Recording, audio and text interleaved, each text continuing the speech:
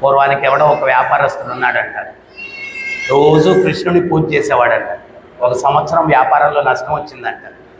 వాడు తోటి వ్యాపారస్తుడితో పోయి చెప్పుకున్నాడు, ఒరే ఈ సంవత్సరం వ్యాపారంలో నష్టం వచ్చిందిరా అన్నాడు. వాడన్నాడు, నువ్వు ఎవరిని పూజిస్తావురా అన్నాడు.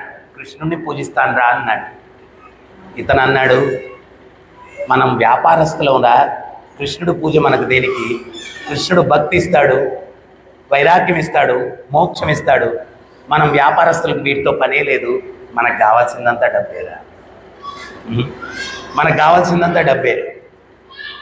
మరి ఎవరిని పూజించాలరా అన్నాడు. ఆయన భార్య ఉందే లక్ష్మీదేవి, ఆమెను పూజించాలరా మనం వ్యాపారస్తులము అన్నాడు.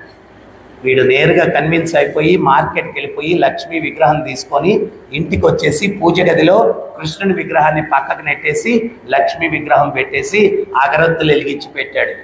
ఆయన అగరత్తులు వెలిగించి అక్కడ పెడితే ఆ పొగ లక్ష్మీ విగ్రహం మీదకి వెళ్ళలేదు, గాలి వాటానికి కృష్ణుని విగ్రహం మీదకి వెళ్తుంది.